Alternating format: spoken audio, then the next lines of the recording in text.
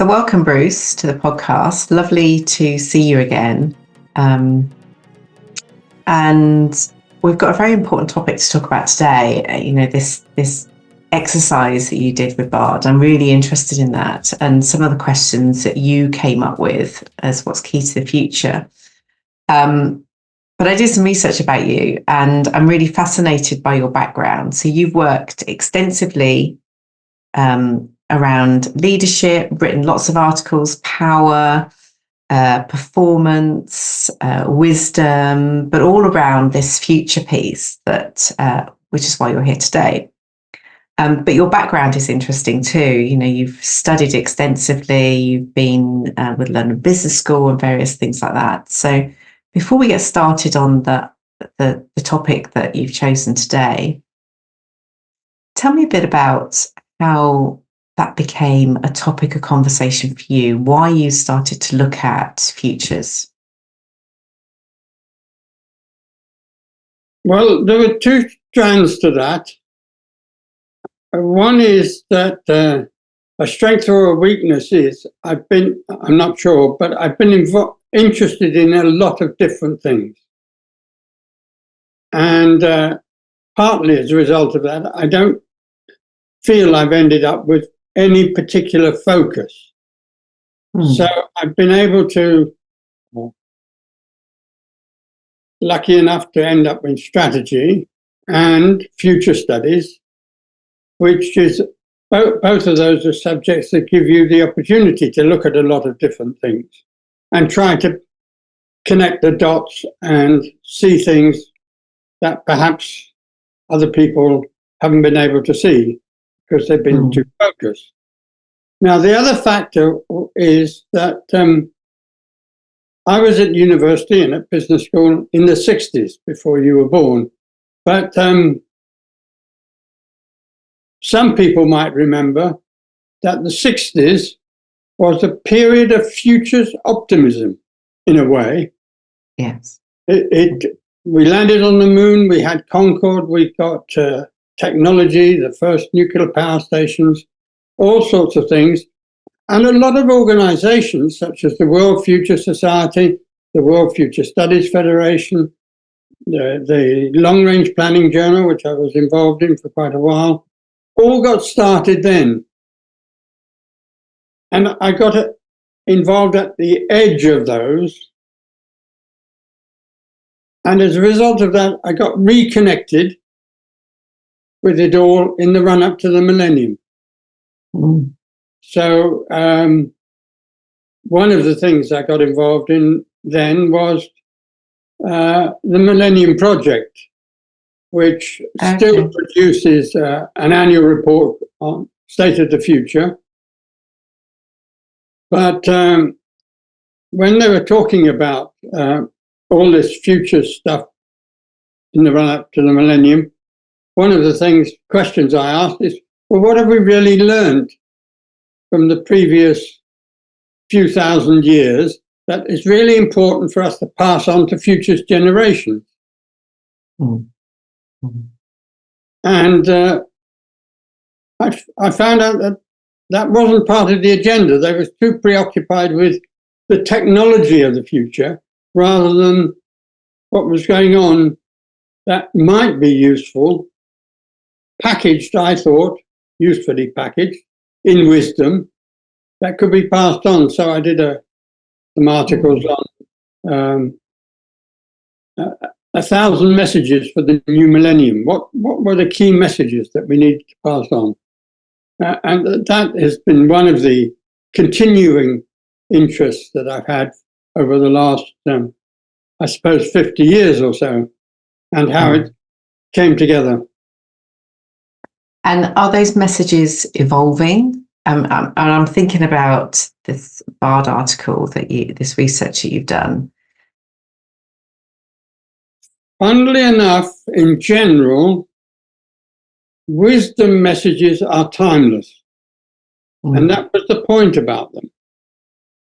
But unfortunately, the whole concept of wisdom has been a bit devalued and not properly recognized for various reasons, which we could go into. But when you look at the traditions from different parts of the world, wisdom is about what helps make society work sustainably, in terms of our relationships with other people, our relationships with ourselves and with the universe. And those are very fundamental issues, that many of which haven't changed in 1,000, 2,000 years since the Greeks. Mm. Mm. So wisdom is relevant then to this article that you shared with me. So talk to me about this article and why it came up. Well, I suppose it came up largely because of my curiosity with playing around with these new AI developments a year ago, and I've recently played around with Bard, which has now been repackaged into Gemini, the Google one. Mm-hmm. Yeah. And I thought, well, let me ask Gemini, what are the 3 most critical questions that we should be giving a higher priority to in the future if we wanted to make the world a better place? Right? And with its usual efficiency, in 20 seconds, it produced a couple of pages of some basically very sensible answers.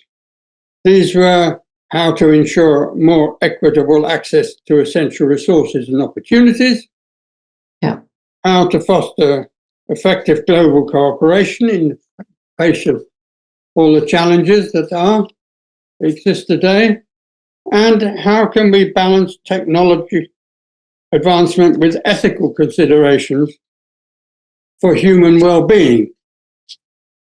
And now I thought, well, I'm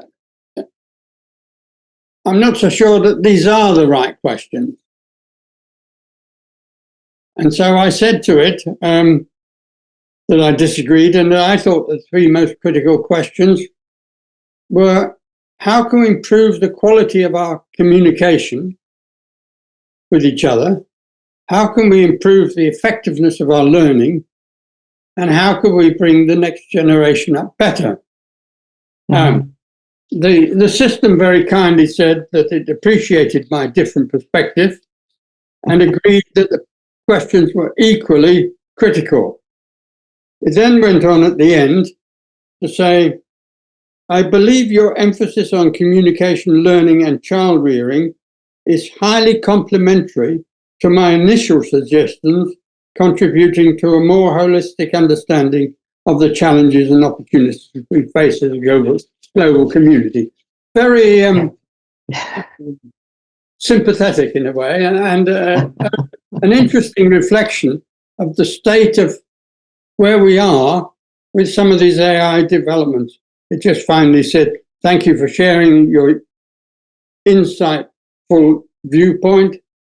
By engaging in such discussion, we can generate a richer understanding of the complexities of global society and move closer to finding solutions that benefit all.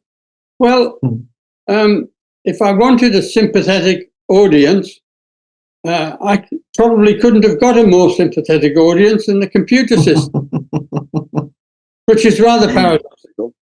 But the issue is essentially that if we don't get those dimensions right, they're never going to be perfect, but better, we're not going to sort out all the other technical and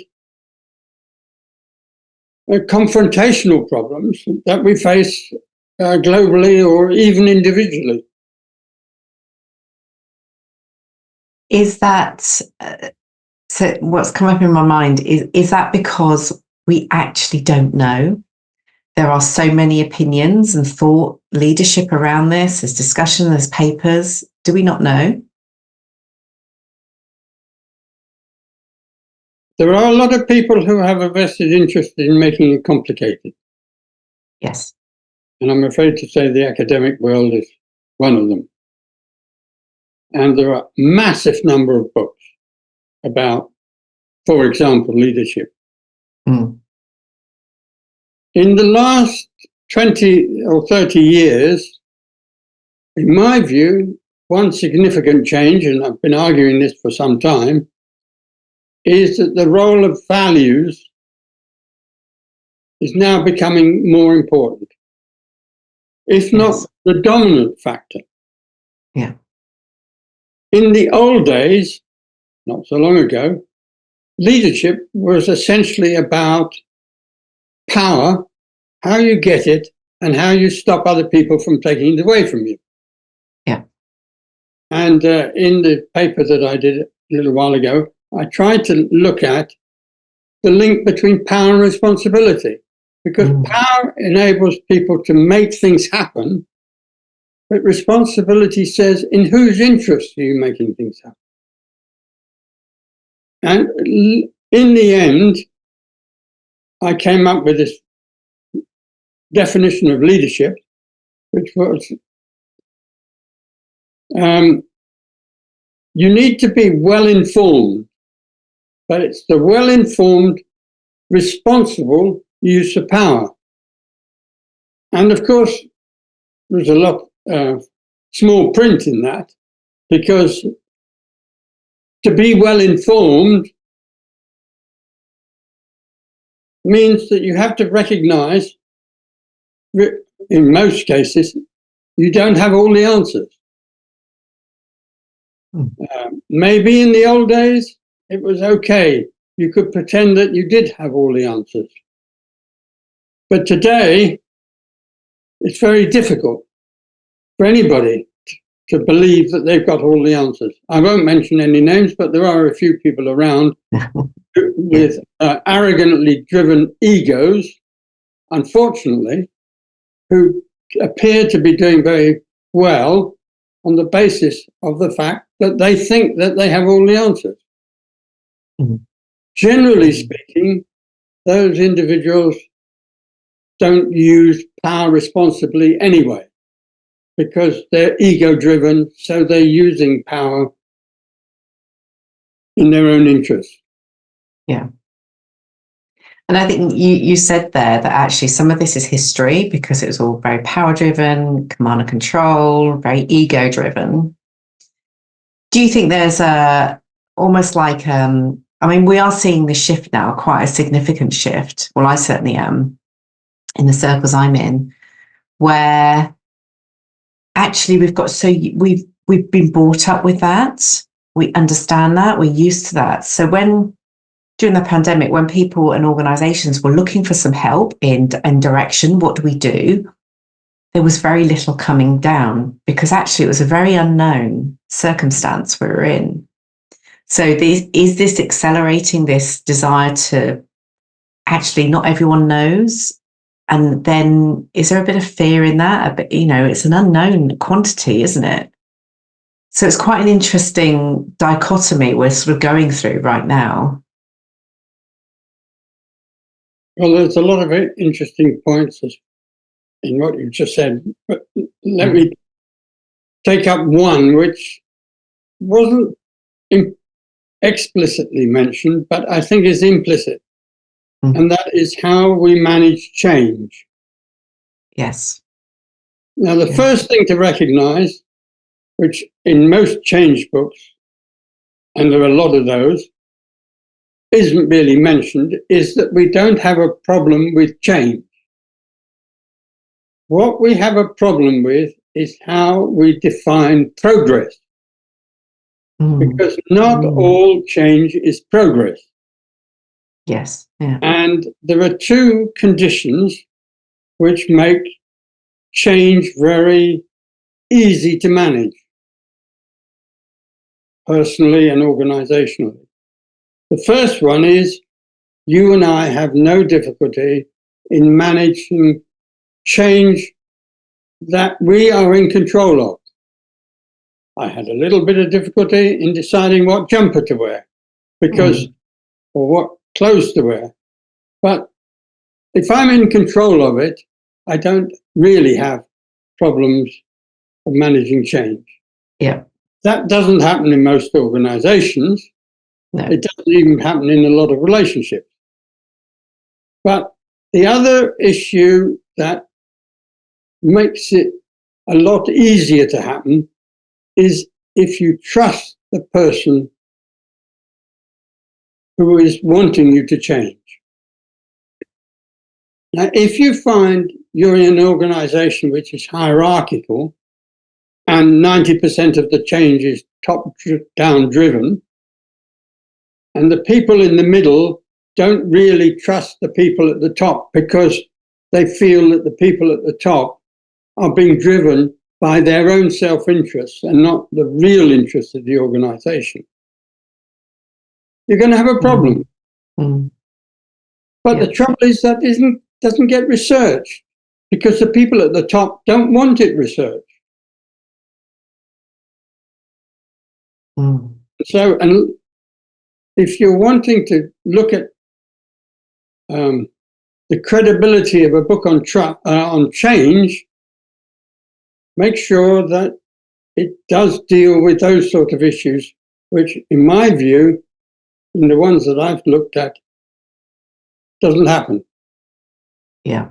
It's rather like the paradox that I found when I looked. I've got a shelf full of books that talk about power, and hardly any of them talk about responsibility. And the books that talk about responsibility don't talk about power.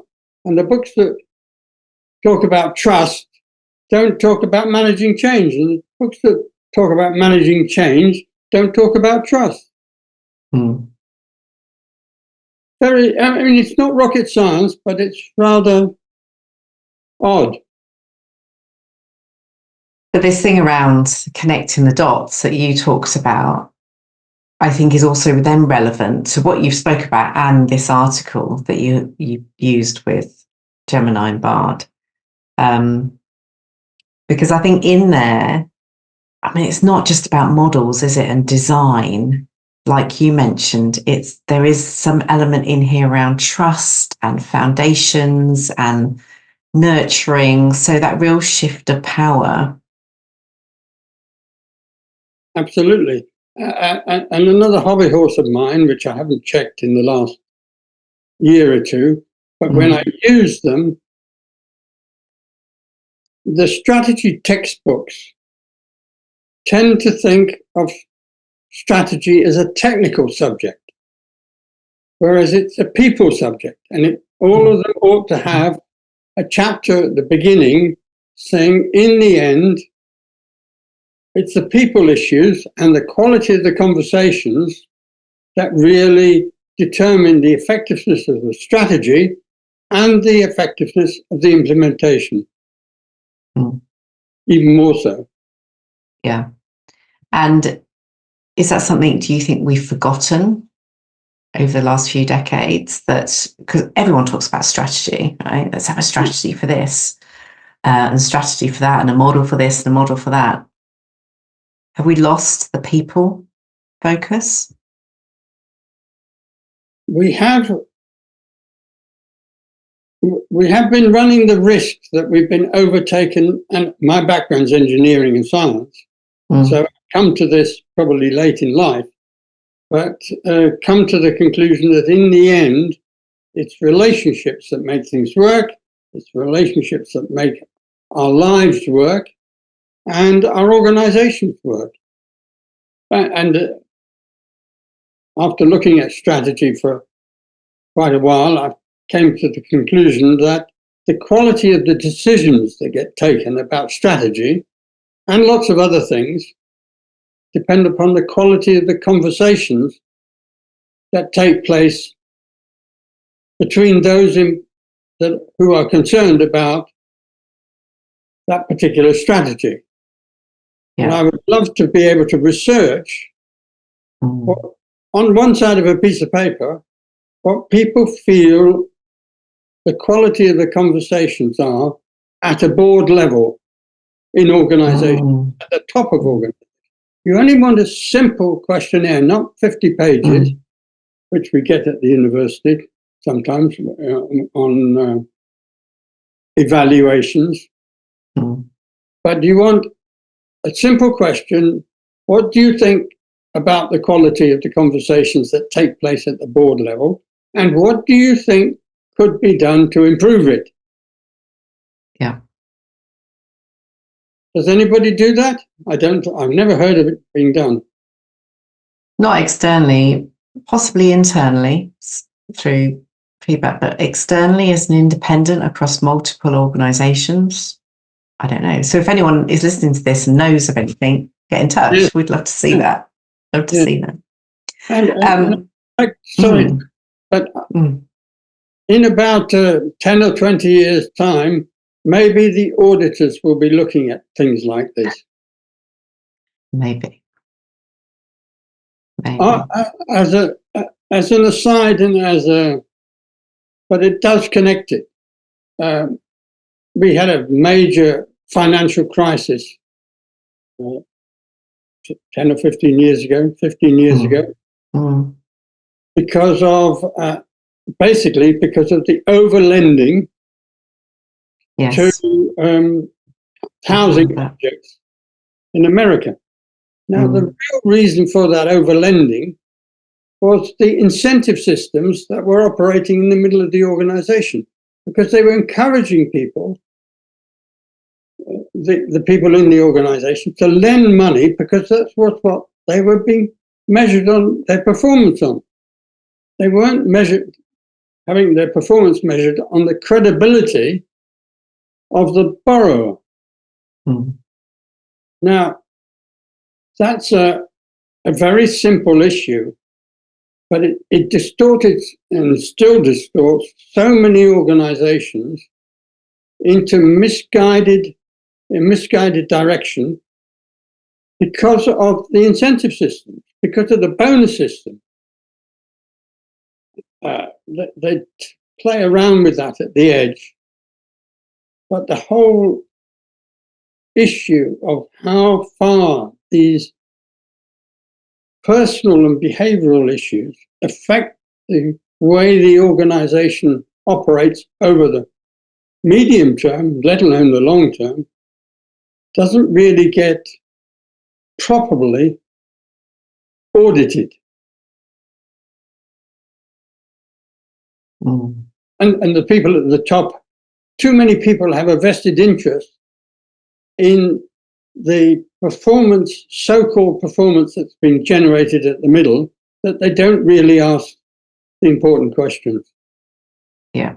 And in the end, you have far too many institutional scandals because of this, let alone bankruptcies.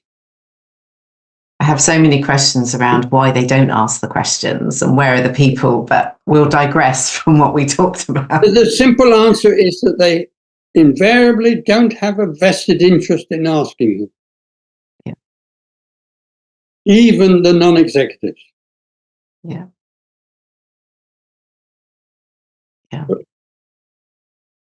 So you talked there about relationships being important. Is a relationships and connecting the dots, do you say that as the same?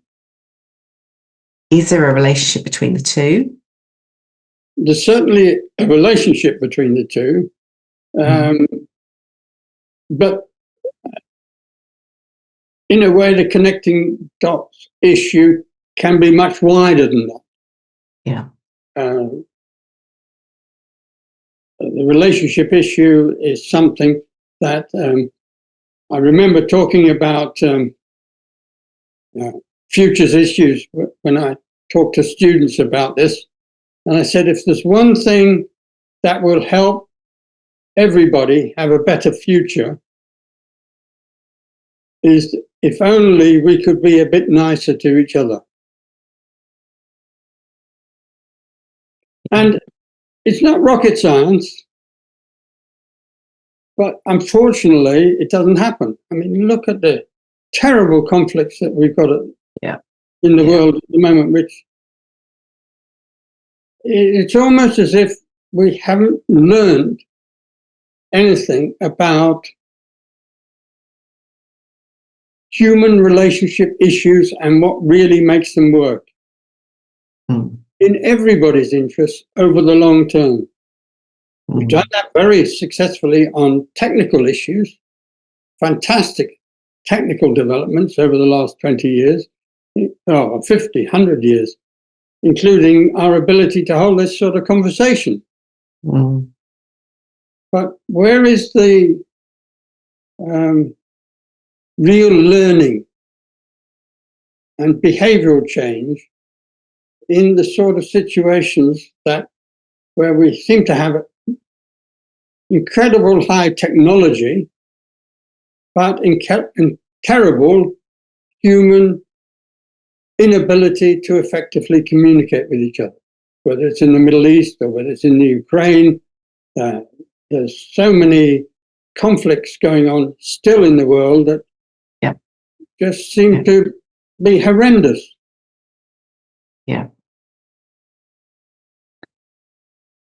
Yeah, and related to power.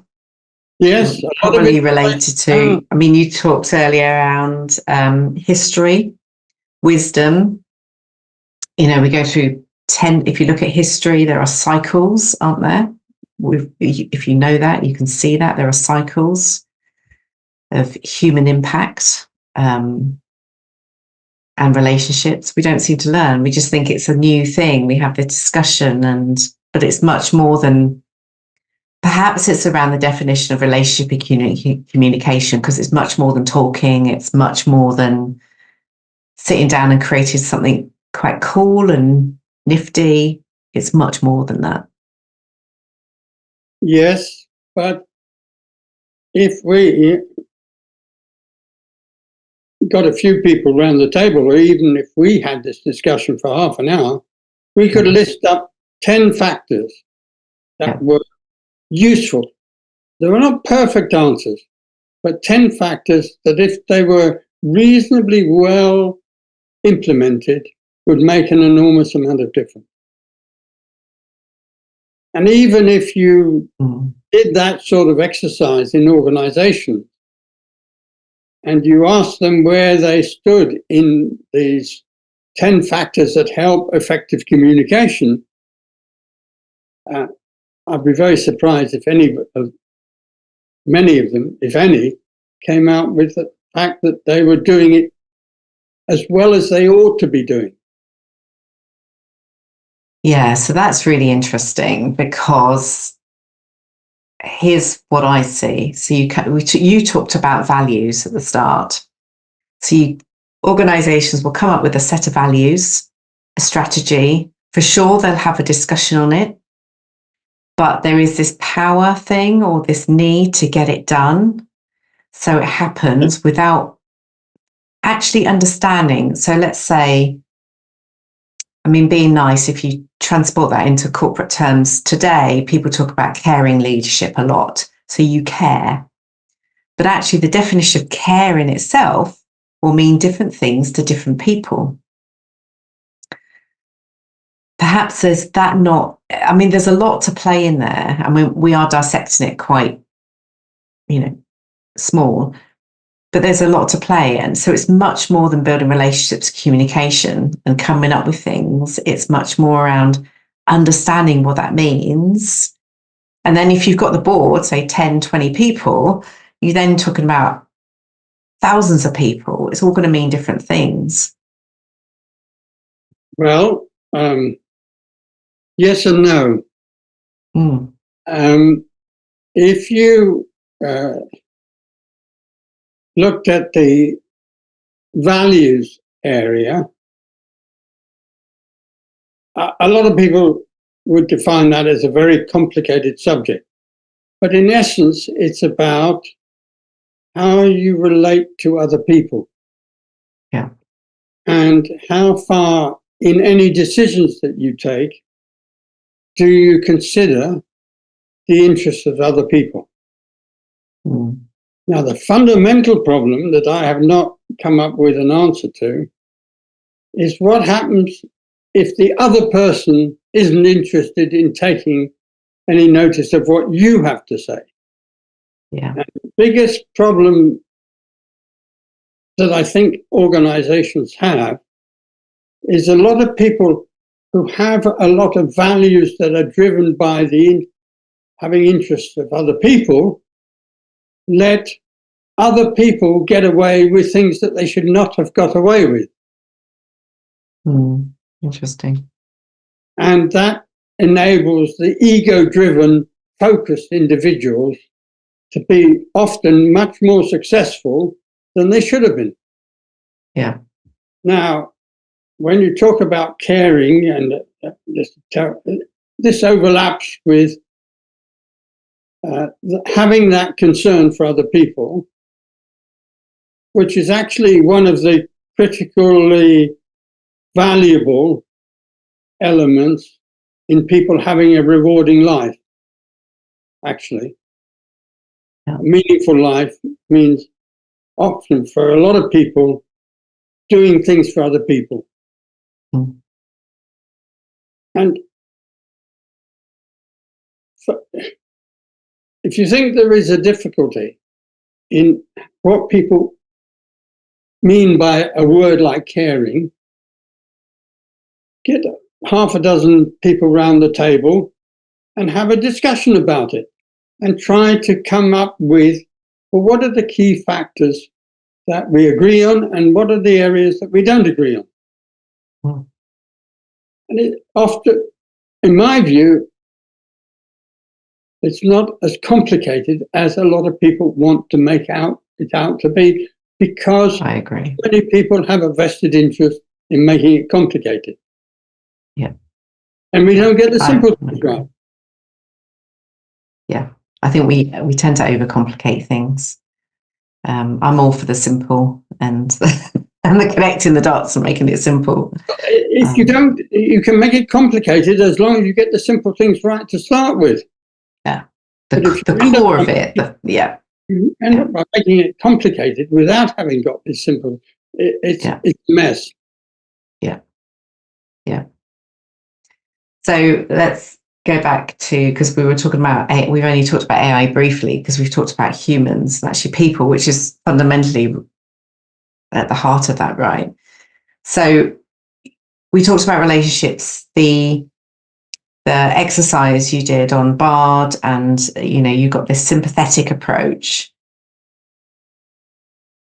Is it important then for more people to do this? So you are informing an AI tool. The more that goes in, the richer conversations that come out. I'd like to think that was the case, and hopefully, if somebody wanted to do a research exercise, I might do it myself. But I would feed the same 3 questions into the BARD Gemini system every year and see what it had learned during the year. And you could feed it into other systems and see if it comes out with the same thing. Oh, yes. And you could compare other systems too. Yeah. Yeah. Now, that doesn't mean to say it doesn't make mistakes, or it's not perfect, but it is. Neither are humans. Neither are humans. Most of them. No. Very rare. Very rare. But I did another exercise in the middle of a very interesting program I was watching by Tony Robinson on Britain's cathedrals, where he was talking about York Minster. And I mean, he covered a lot of ground, and it was an extremely interesting program from the technical point of the cathedral. But I felt he didn't spend enough time trying to address why were the cathedrals built in the first place. So I thought I'd ask my Gemini thing, why did we start building these Gothic cathedrals? And I had a very interesting discussion over about 10 minutes, which was produced almost enough material to write a book. But when it started off by talking about all sorts of things, and then I said, but what about the social changes that were taking place? Oh, yes, well, there were these things that were happening, and there was that happening. And what about the impact of the plague? And was there a changing role of God at the time? Now, you could have a very, very, I would almost say, intimate conversation. Okay, it doesn't produce all the answers, but you get a hell of a lot of more positive, friendly feedback from the computer than you would have ever got if you could even find Tony Robinson trying to give you the answer to this. Yeah. So it's going to revolutionize the educational system. It will, and it plays into that, I want something at speed, I want it now. What the easiest way to, I can't get hold of someone or can't get hold of my lecturer, I'm going to go on here. And it encourages you to ask questions because you know that you can have an answer pretty quickly, and B, positive feedback, which says, I like your answer, but have you thought of this? And almost it's going to produce an ideal personal tutoring, but it won't replace people altogether, but it will challenge the human element to try to identify, well, what is it that is going to make the difference? And you need to make sure that when you're giving important technical information that you're checking it, because I have known that it produces, in the early days, it used to produce dodgy references. Yeah. They think it's still early, isn't it? They call it, the computer is hallucinating. It's still early days. It produces answers that it thinks ought to be there, but they're not. Yeah, I love what you said. And then, of course, to be misused, and they're going to have enormous trouble trying to control the fact that within a few years, maybe not too many, you could be interviewing me, but I'm not there. I'm a computer, but I've got all the appearance of me, but I'm just giving you computer answers. Now, that's a bit going to be problematic from political points of view, all sorts of areas. We've covered a lot, Bruce. And I think for me, I took away this human element, the relationships, communication, and actually, personally, the most important thing is this wisdom piece, and history, learning from history, and then how we ask the questions and what we're listening to. So this almost like this input-output piece, whether it's technology, whether it's with each other, there's something around that connection. But I'm interested to, what are the couple of things that you think, you would like to ensure that people listening to this take away as with regards to what kind of future they want to create?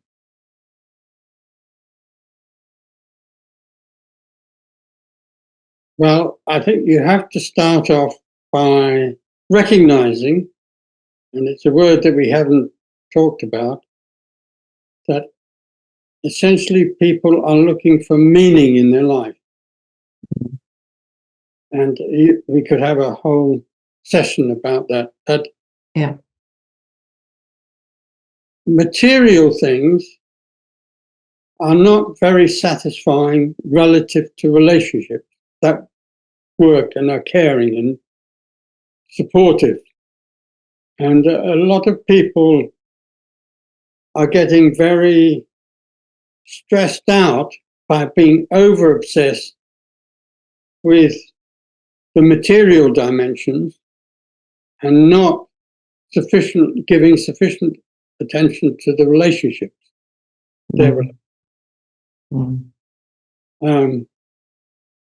I think there's a paradox over learning from history, which is, why don't we learn from history? And one of the reasons why we have an awful lot of history departments in the country, but they're not focused on what can we learn from history that is useful to pass on for the future. And it's not surprising they're under pressure. But we don't have, we ought to have more history departments that are future thinking departments. Focused on what we can learn from history. Yeah. Yeah, I love that. That we need to pass on. That isn't being passed on. And being curious enough to do that. Asking the questions, investigating. Absolutely. And not taking it as read. And having more open-ended discussions like we're having, and trying to get more people involved in thinking about these areas in a more comprehensive way. Yeah, I've loved this discussion. It does feel like we could talk about this for a long time. There's lots to talk about, but that's the rich thing, isn't it? That's the really important thing. Building relationships, communication, actually being openly talk about it, because none of us know it all. But if we could collectively bounce that around, that's the piece that I love. And I think just one dimension of leadership, one measure of leadership, is the quality of the questions that you ask people and the ability to listen to the answers and to see how the answers that you get from one person fits into the answers you're getting from other people as well. Beautifully put. Thank you so much, Bruce. It was brilliant. It's a pleasure, and look forward to keeping in touch. Good luck with it. Thank you.